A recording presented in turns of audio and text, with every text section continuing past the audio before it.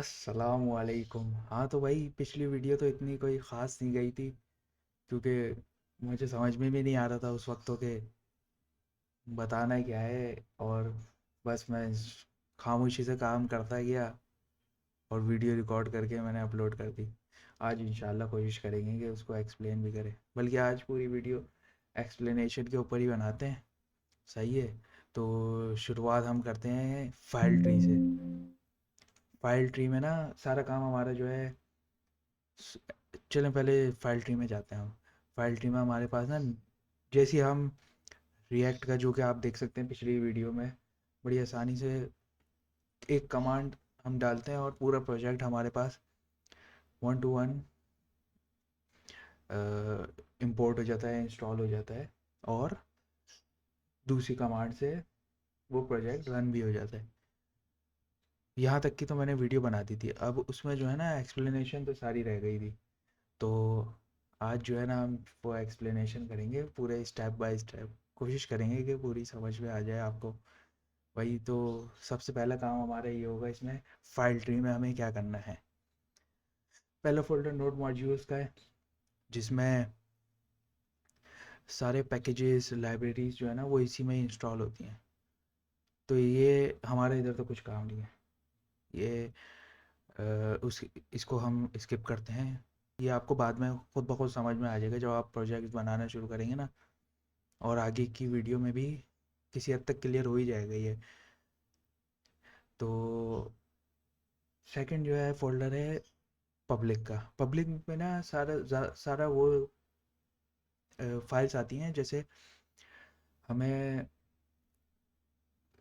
मिसाल के तौर पे हमारे एसेट्स हैं, वेबसाइट में जितने भी एसेट्स इस्तेमाल होते हैं, जिसमें आ जाता है इमेजेस।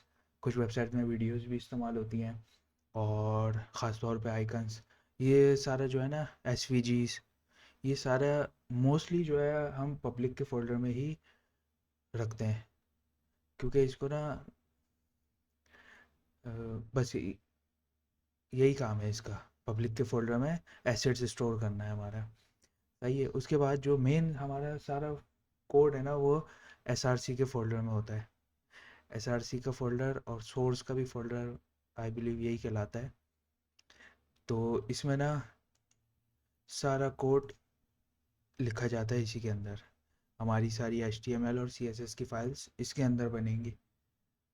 तो अभी हम इसके बाद गिट इग्नोर पे जाते हैं। ये बहुत काम का फाइल है। अगर आप बहुत बड़े प्रोजेक्ट में और कॉन्फिडेंशियल प्रोजेक्ट में काम कर रहे हैं, जहाँ पे कंपनी के सीक्रेट्स इन्वायरमेंट वेरिएबल्स स्टोर होते हैं, तो कुछ ऐसी फाइल्स भी होती हैं जिनको आपने गिटहब पे पुश नहीं करना होता। तो तब ये काम आता है गिट इग्नोर का। सेल्फ एक्सप्लेनेटरी है कि गिट इग्नोर मतलब कि वो इग्नोर कर देगा उन फाइल्स को जो हमने यहाँ पे लिख के रखी हुई है। ये तो डिफ़ॉल्ट बॉयलर प्लेट कोड आया हुआ है इसमें। बस मैंने ये .env ऐड करा है कि अगर बाद में कभी मैं इसमें इन्वायरमेंट का वेरिएबल बनाता हूँ और उसमें सीक्रेट्स स्टोर करता हूँ, तो ये गिटहब पे पुश नहीं होगा। ये इस एक्सटेंशन की फ़ाइल गिटहब पे पुश नहीं होगी, वो लोकल ही मेरे पास स्टोर रहेगी। तो इस फाइल का बस यही काम है कि कुछ ख़ास हमारी कॉन्फ़िगर्ड फाइल्स को वो इग्नोर करेगा और उसको गिटहब पे पुश नहीं करेगा। ESLint जो है ये, इसका भी हमारा इतना कोई, बल्कि हमारा कुछ काम ही नहीं है इसमें करने का। ये कॉन्फ़िगरेशन डिफ़ॉल्ट पे ही सब इस्तेमाल करते हैं। ESLint जो है ना असल में ये लिंटिंग करता है कि अगर हमारे कोड में कोई एरर्स वगैरह है ना, तो वो हमें इस तरह ये सब ये सब बताता रहता है हमें कि भाई इसको फिक्स करो, ये आपका कोड बिगड़ रहा है, ये प्रोडक्शन में फट जाएगा। बल्कि प्रोडक्शन में जाने ही नहीं देगा, ये पहले ही इतना एरर दे देगा आपको कि आप इसको कुछ ठीक करे बगैर आगे कुछ काम नहीं कर सकते। तो बहुत काम का है ये भी, और बहुत पुराना है ये। फिर आ जाती है ये index.html, जिस पे सारा कोड सारा, हमारी कारस्तानियाँ, सारा हमारी लॉजिक्स इस पेज पे आके डिस्प्ले होती है। सही है। तो इसमें भी हमारा वैसे तो कुछ काम नहीं है, वो सारा जावा स्क्रिप्ट जो कि सोर्स के फोल्डर में वही हैंडल होगा वहाँ पे। तो यहाँ पे तो हमें कुछ भी नहीं करना है, यहाँ पे बस हमारा जो काम होगा ना वो ये होगा कि हम अपनी वेबसाइट का या प्रोजेक्ट का जो भी नाम है उस हिसाब से यहाँ पे टाइटल दे दें।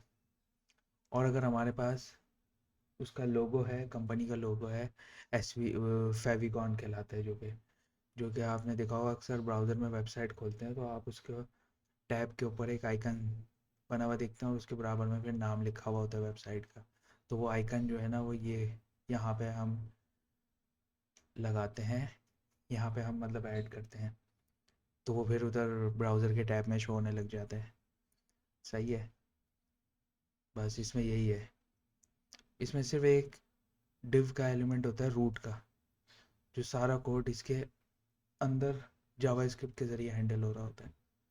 और यहाँ पे वही जावास्क्रिप्ट की एक एंट्री पॉइंट, स्क्रिप्ट की मॉड्यूल जो है ना वो यहाँ पे लोड हो रहा है, main.tsx। इस पे भी हम आएंगे बाद में।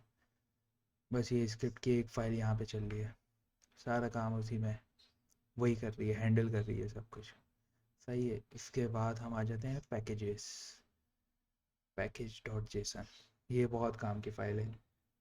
यहाँ पे आपको सारी डिपेंडेंसीज पता चल जाती हैं, और जो भी आप इंस्टॉल करते हैं ना लाइब्रेरीज वगैरह, जैसे जैसे आप यहाँ पे टर्मिनल से N P M packages install करते हैं तो वो डिपेंडेंसी के अंदर जो है एरे में ऐड होता रहता है ऑब्जेक्ट में। और पैकेज डॉट जेसन की फाइल यही करती है कि वो जितने भी पैकेजेस हैं उन सबको उनके वर्जन्स के साथ की वैल्यू में यहाँ पे ऐड करती रहती है। जैसे कि ये डेव डिपेंडेंसीज ये डेवलपर्स के लिए, लैब डेवलपर्स के टूल्स हैं ये सारे, जो हमारे वेबसाइट बनाने में काम करते हैं।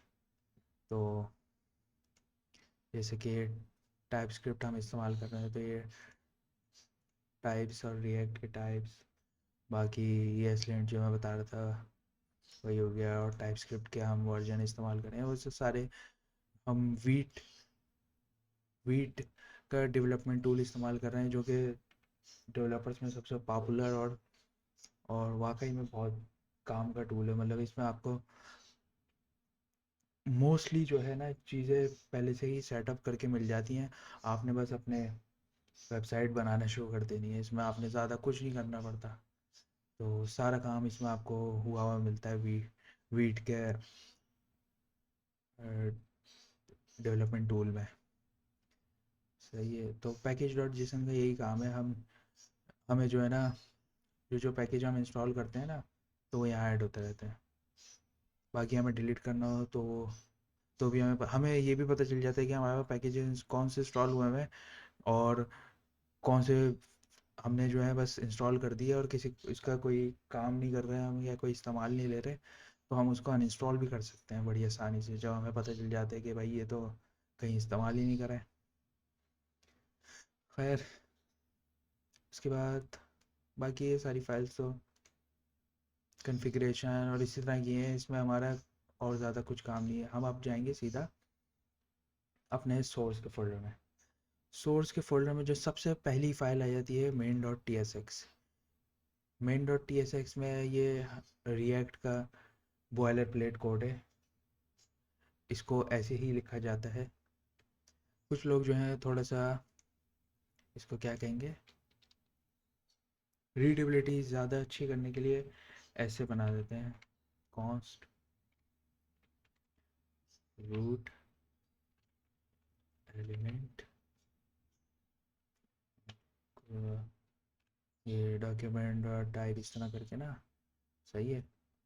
उसमें हमें फिर इसको हम हटा देंगे,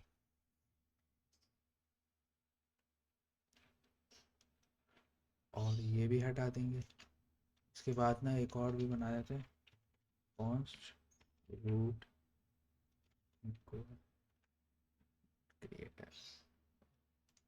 और यहाँ पे हम दे देंगे, ये भी सेम काम कर रहे हैं, लेकिन इसको हमने रीडेबिलिटी अच्छी करने के लिए या रीडेबिलिटी थोड़ी बेहतर करने के लिए इसको हमने ना अलग अलग वेरिएबल्स में बना दिया, ताकि हमें स्टेप बाय स्टेप समझ में आता रहे कि यहाँ हो क्या रहा है। सबसे पहला वेरिएबल क्या काम कर रहा है, वो ये काम कर रहा है कि ना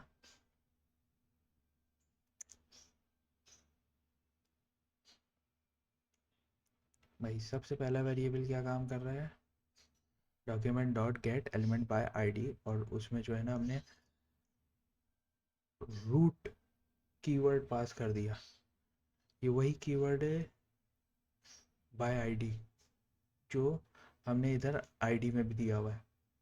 सेम हमने नहीं, मतलब ये ऐसे ही इसका ये स्टैंडर्ड बना हुआ है कि हमें इसी तरह ही इसको मिलेगा बना बनाया कोड। ये बॉयलर प्लेट कोड है, इसमें बस ये मैं आपको समझाने के लिए बता रहा हूँ कि ये असल में कर क्या रहा है। ये डिव का एलिमेंट है, उसको यहाँ पे वेरिएबल में कैप्चर कर रहा है या स्टोर कर रहा है एक तरह से जावा स्क्रिप्ट में। फिर हम इसको मैनिपुलेट करते हैं, म्यूटिलेशन करते हैं, इसकी सारी जो भी कुछ लॉजिक्स वगैरह हैं वो जावा स्क्रिप्ट में चल रही होती है। तो ये डिफ का एलिमेंट है, इसको यहाँ पे हमने गेट करा। गेट करने के बाद हमने इसको जो है ना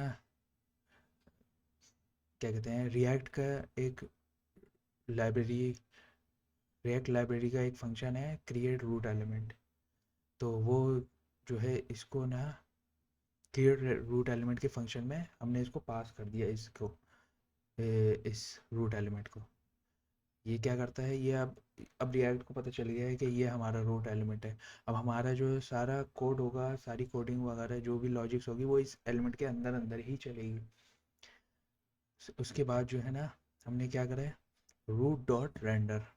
अब हमने इस एलिमेंट को स्टोर कर लिया, उसको जो है रिएक्ट को हमने एलिमेंट बना भी दिया, मतलब वो सारी लॉजिक्स इसमें चलाने के बाद इसको यहाँ पे हमने रेंडर भी कर दिया होम, जो कि एक कंपोनेंट के साथ रेंडर हो रहा है। ये कंपोनेंट ऐप का कंपोनेंट है, ऐप का कंपोनेंट इसमें गए हम, और ये है सारा बॉयलर प्लेट कोड। अभी जो हमने लिखा कुछ नहीं है, ये पहले से ही लिख मतलब बना बनाया हमें मिला है। तो हम इसको ही इस्तेमाल करते हुए लॉजिक समझेंगे। ये हमारा ना, ये हमारा होम पेज बन गया है अभी फ़िलहाल के लिए, यही है होम पेज।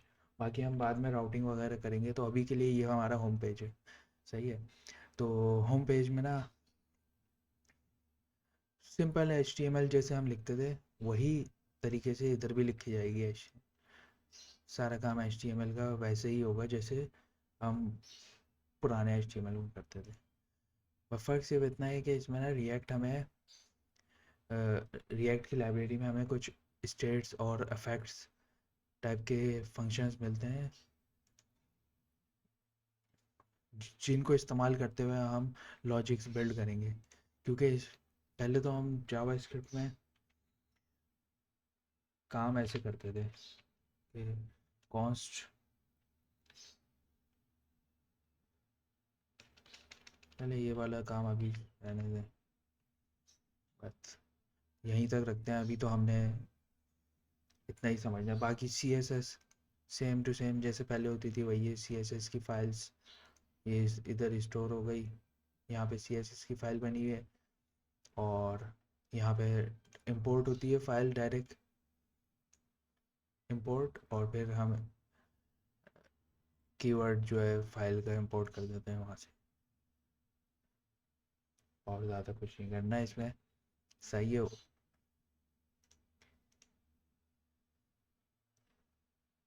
अभी हम जो है प्रोजेक्ट रन भी करते हैं ना, रन करेंगे और फिर ज़्यादा बेहतर समझ में आएगा।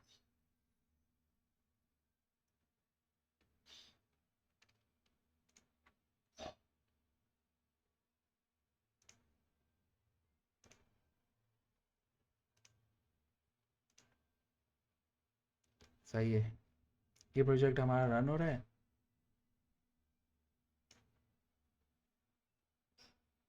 एक सेकंड ये, अच्छा ये जो है ना प्रोजेक्ट हमारा रन हो गया।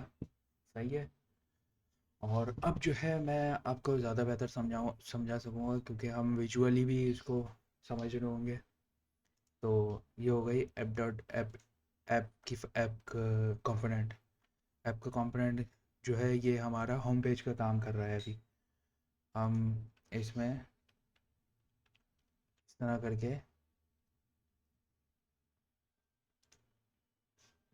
अरे कहाँ गया ब्राउज़र, इस तरह करके मल्टीप्लाई हमने सेम पेज को कर दिया। ये आगे पेजेस बना के हम राउटिंग वगैरह करेंगे। तो अभी के लिए हम सिर्फ ऐप डॉट जी एस में ही काम करेंगे। सही है। जी एस और टी एस एक्स। सही है। तो अब हम आ जाते हैं ब्राउज़र पे और दोनों साइड बाय साइड खोल के रखते हैं।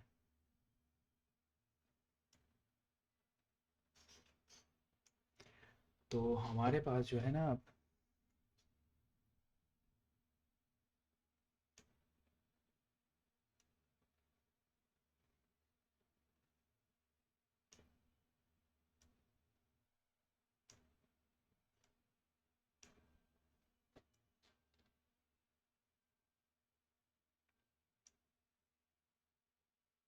भाई ये आ गया बॉयलर प्लेट कोड का सारा डाटा स्क्रीन पे। सही है। अब हम आ जाते हैं, ये हमारा होम पेज की file app dot T S x में गए। यहाँ पे जो है हमने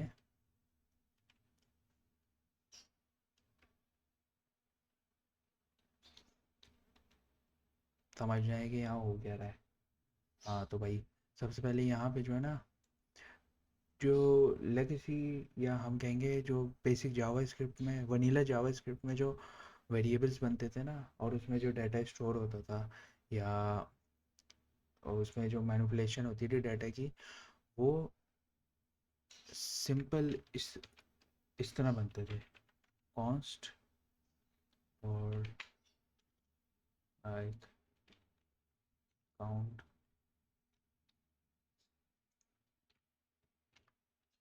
काउंट इक्वल ज़ीरो। सही है। Count equal zero. और फिर हम जो है const set count,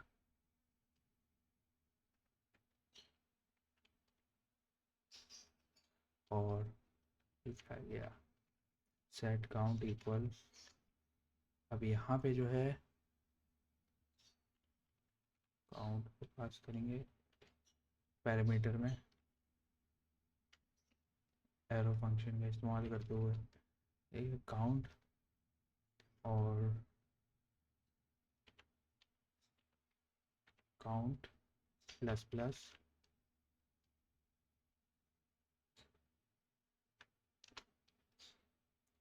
console dot log count. तो पहले जो है जावा स्क्रिप्ट में जो काम होता था वो इस तरीके से होता था कि काउंट का एक वेरिएबल बनाते थे, उसको इनिशियल वैल्यू दे देते ज़ीरो। उसके बाद जो है फिर हम एक फंक्शन बनाते थे। फंक्शन के अंदर हम उस वेरिएबल को मैनिपुलेट करते थे, उसके वैल्यू को इंक्रीज़ और डिक्रीज़ करते थे। और फिर हम इस तरह जो है ना, ये एक और बटन बना देते हैं यहाँ टॉप पे। सही है। और फिर हम क्या करते थे, उस फंक्शन को ऑन क्लिक में सेट डाउन इस तरह करके हम कॉल कर देते थे। अब मसला ये आता था, ये मसला नहीं मतलब इस तरह जो है ना ये काउंट इंक्रीज होना शुरू हो जाता था। लेकिन रिएक्ट में इस तरह नहीं होता। रिएक्ट जो है बिल्कुल अलग तरीके से काम करता है। वो डॉक्यूमेंट मैनिपुलेशन और डॉम, डॉम को हम मैनिपुलेट करते हैं लाइव रियल टाइम में। तो सारा काम जो है ना कंपोनेंट बेस्ड होगा। तो कंपोनेंट में क्या होता है कि री रेंडर, हर बार कंपोनेंट री रेंडर होता है।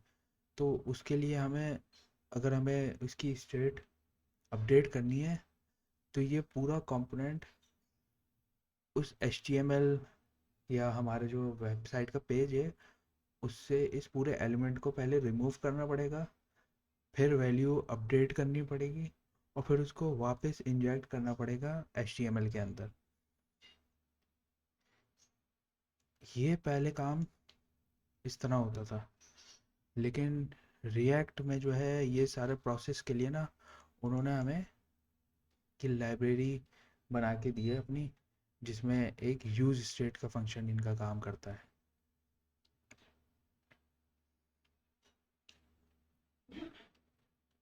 यहाँ पे गलती भी हुई है, जो कि हमने पैरामीटर तो पास करनी है, हमें तो सिर्फ काउंट को प्लस करना है। और यहाँ पे एक और गलती ये भी हुई है, क्योंकि हम मैनिपुलेट नहीं कर सकते इसको, हमें लेट बनाना पड़ेगा, क्योंकि कॉन्स्ट में वो कांस्टेंट बन जाता है और वो इसकी वैल्यू को चेंज नहीं होने देता, वो एरर देता है फिर। अच्छा खैर, हम यहाँ पे आ जाते हैं, इसको हमने फिक्स कर लिया है ये ऐसे। और सेट काउंट में हमने क्या करा, उस काउंट की वैल्यू को प्लस प्लस, इसका आप ऐसे भी कर सकते हैं, और इसका ये भी मतलब होता है कि काउंट की जो वैल्यू है वो, और प्लस प्लस वन कर देता है वो, इस तरह ऐसे करते हैं। इसीलिए count equal count plus one, ये जो है ये सेम काम करता है। आप ऐसे लिखना चाहें ऐसे लिख दें, ऐसे लिखना चाहें ऐसे लिख दें। इसका एक और तरीका ये भी है कि काउंट प्लस इक्वल, ये भी यही काम करता है। सही है। अच्छा खैर, अभी हम वापसी आते हैं उस पर कि ये रिएक्ट में क्यों काम नहीं कर रहा। और मज़े की बात, मैं एक चीज़ और दिखाता हूँ आपको कि ये हमारी लॉजिक बिल्कुल सही है, जावा स्क्रिप्ट के हिसाब से बिल्कुल, क्या कहेंगे, वैलिड है, इसमें कोई एरर नहीं है, किसी किस्म का पंगा वंगा कुछ भी नहीं है।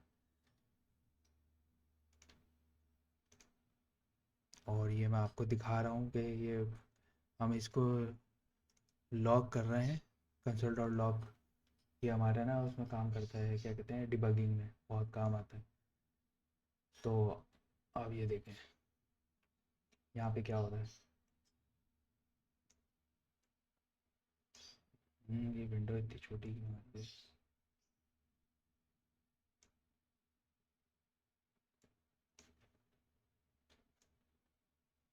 हाँ,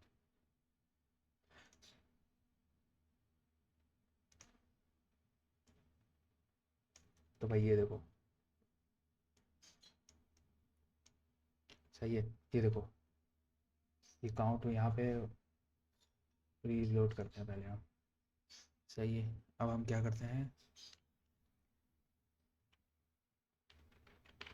जो डॉट लॉग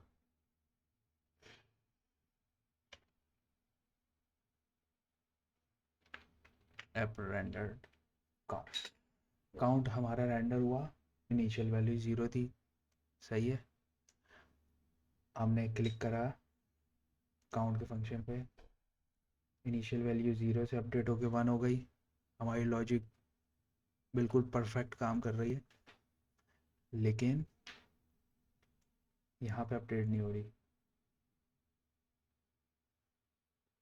तो ये समझना है आप क्या हो रहा है, क्योंकि ये फंक्शन तो काम कर रहा है, लेकिन रिएक्ट जो है ना, वनीला HTML जावास्क्रिप्ट जिस तरह काम करती थी उससे बिल्कुल ही अलग काम करता है, ये हट के काम करता है ये, यही इसकी ख़ास बात है कि इसमें ना डॉक्यूमेंट मैनिपुलेशन जो है ना, उसके लिए लाइब्रेरी इन्होंने बना के दी हुई है हमारे पास रिएक्ट की, तो हम उसको इस्तेमाल करते हुए मैनिपुलेट करेंगे डाटा को। खैर, ये कोड स्निपेट जो है ये समझाने के लिए था कि देखें, हम जिस तरह जावास्क्रिप्ट में कोड लिखते थे अब उस तरह से काम नहीं होगा इसमें। इसमें हमें ना इस तरह के स्टेट्स रिएक्ट के हुक्स कहलाते हैं असल में।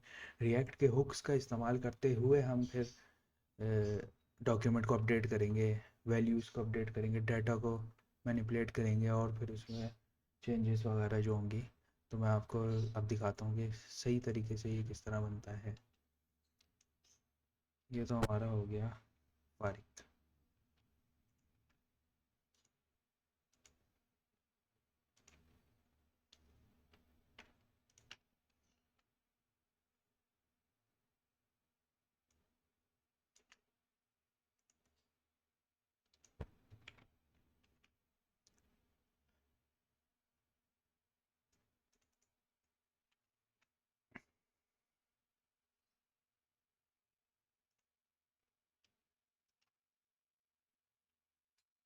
अब ये इस तरह के हुक्स का एक और फ़ायदा ये भी होता है कि देखें बॉयलर प्लेट कोड भी हमारा कम हो गया। ये single line boiler plate code तो नहीं खाए, मतलब ये एक तरह से ये हुक्स का इस्तेमाल हमारे जो है ये एक्यूरेटली मदद करता है हमारी के कोड को किस तरह हम हैंडल करते हैं, लॉजिक्स को किस तरह हैंडल करते हैं। चलें खैर, अब हम जो है ना यहाँ पे वो फंक्शन बनाते हैं handle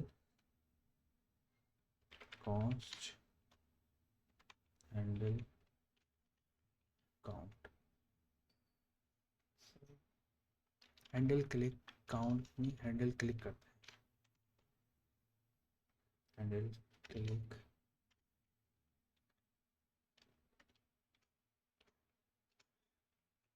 same code lambda function यहाँ से इस्तेमाल करेंगे। Set count count plus one कर लें, जैसे मैंने बताया था ये काउंट प्लस प्लस कर दें, ये सब सेम काम करेगा। सही है। अब हम इस फंक्शन को सीधे सीधा यहाँ पे कॉल करेंगे, ये भी वही काम कर रहा है। खैर, अब हमने यहाँ पे कॉल कर दिया। अब हम आ जाते हैं वापसी अपने, ये क्यों नहीं अपडेट करता, एरर को देखते हैं। अब हम uncaught type error assignment to constant variable handle click।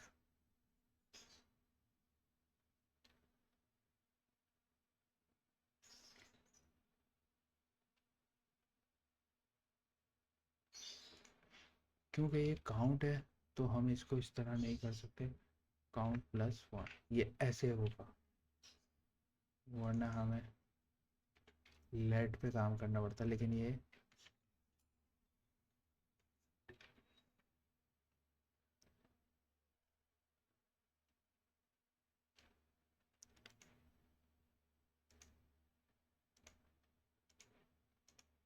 अब अपडेट होना शुरू हो गया। अच्छा, दोनों के पास हमने प्रॉप्स सेम पास करे हुए पैरामीटर और वैल्यू भी सेम ही दी हुई है, तो वो यहाँ भी अपडेट हो रही है और इधर भी अपडेट साथ साथ हो रही है। लेकिन हमने इधर फंक्शन को -2 करा हुआ है और इधर +1 करा हुआ है, तो ये बटन काम दोनों अलग अलग ही कर रहे हैं बिल्कुल।